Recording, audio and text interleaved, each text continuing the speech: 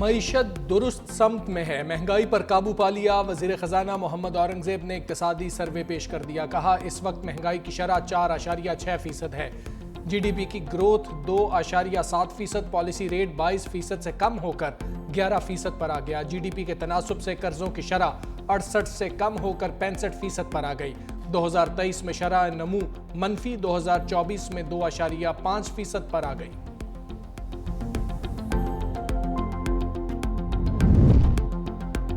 کیا سستا کیا مہنگا، 17,600 ارب روپے حجم کا وفاقی بجٹ کل پیش کیا جائے گا۔ آئندہ مالی سال کے لیے مجموعی آمدن کا تخمینہ 19,400 ارب مقرر، ٹیکس وصولی کا ہدف 14,130 ارب، 6,470 ارب روپے ڈائریکٹ ٹیکس کی مد میں جمع کیے جائیں گے۔ سیلز ٹیکس ہدف سے 4,943 ارب روپے وصولیوں کا تخمینہ۔ آئندہ مالی سال کے لیے پیٹرولیم لیوی کا ہدف 1,311 ارب روپے مقرر کرنے کی تجویز، صوبے 1,220 ارب کا سرپلس دیں گے۔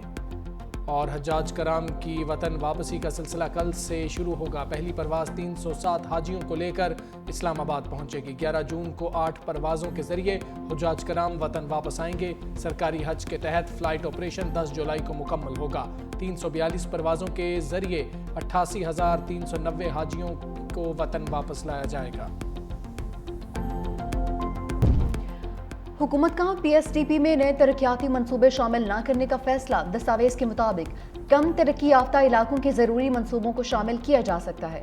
غیر فعال سست منصوبے جلد مکمل یا بند کیے جانے کا امکان، مزید تھرو فارورڈ اور لاگت میں اضافے سے بچنے کے لیے کم فنڈنگ سے گریز کیا جائے گا۔ وزارت انفارمیشن ٹیکنالوجی کے ترقیاتی بجٹ میں بھی آئندہ مالی سال کے لیے کٹوتی، رواں مالی سال کی نسبت آئندہ بجٹ میں 10 ارب 40 کروڑ روپے کی کمی۔ نئے بجٹ میں انفارمیشن ٹیکنالوجی اور ٹیلی کام کا بجٹ 13 ارب 52 کروڑ روپے مختص۔ مضبوط دفاع، محفوظ مستقبل، دفاعی بجٹ میں 18% اضافے کا امکان۔ آئندہ مالی سال کے دوران دفاع پر 2,414 ارب روپے خرچ کیے جانے کا تخمینہ۔ معاشی شرح نمو کا ہدف 4.2% مقرر کیے جانے کا امکان۔ صنعتی ترقی کے فروغ کے لیے 7,000 سے زائد ٹیرف لائنز پر ڈیوٹی میں کمی متوقع۔ آئندہ مالی سال کے لیے زراعت 4.5%، صنعتی ترقی کا ہدف 4.3% منظور کیے جانے کا امکان۔ وفاقی ترقیاتی budget P S D P کا حجم 1,000 ارب روپے اور بجٹ خزارے کا ہدف 6,200 ارب روپے مقرر۔ سمندر پار پاکستانیوں کے لیے اچھی خبر، پراپرٹی پر فیڈرل ایکسائز ڈیوٹی ختم کرنے کی تجویز، پراپرٹی پر ٹیکس چھوٹ کے لیے این او سی کی پابندی ختم کیے جانے کا امکان، ریئل اسٹیٹ پر فیڈرل ایکسائز ڈیوٹی ختم کرنے کی بھی تجویز، 1 جولائی سے پراپرٹی کی خریداری پر ایف ای ڈی ختم کیے جانے کا امکان، پراپرٹی کی خریداری پر لیٹ فائلرز، نان فائلرز کے لیے ایف ای ڈی میں رد و بدل کی تجاویز، بجٹ میں پراپرٹی کے لین دین پر بھی ود ہولڈنگ ٹیکس میں رد و بدل کا امکان، 1 جولائی سے ریئل اسٹیٹ سے وابستہ بلڈرز اور ڈیولپرز کو رجسٹرڈ کرنے کا بھی پلان۔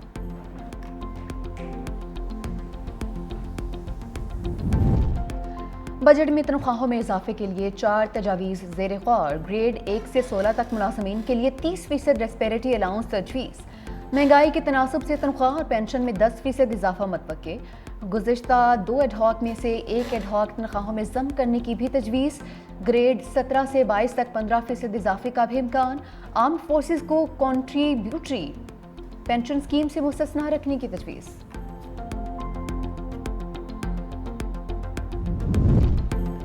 وفاقی بجٹ کی منظوری کے لیے کابینہ کا خصوصی اجلاس کل طلب، وفاقی کابینہ سے فنانس بل کی منظوری لے کر قومی اسمبلی میں پیش کیا جائے گا۔ سرکاری ملازمین کی تنخواہوں اور پینشن میں اضافے میں حتمی منظوری وفاقی کابینہ دے گی۔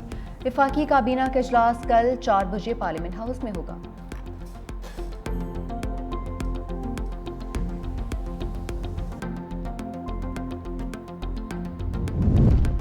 ٹیکس نہیں، ٹیکس نیٹ ورک بڑھائیں، وزیر اعلیٰ پنجاب مریم نواز نے ٹیکس بڑھانے کی تجاویز مسترد کر دی، متعلقہ اداروں کو ہدایات جاری۔ وزیر اعلیٰ پنجاب مریم نواز کے زیر صدارت اجلاس، پنجاب میں نو رجسٹرڈ ریسٹورانٹس اور شادی ہالوں میں رجسٹریشن کا فیصلہ۔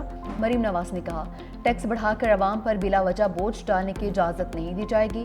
رجسٹریشن کروانے والے کی سزا مل جائے اور ٹیکس چوری کرنے والے مزے کرتے رہیں، یہ نہیں ہوگا۔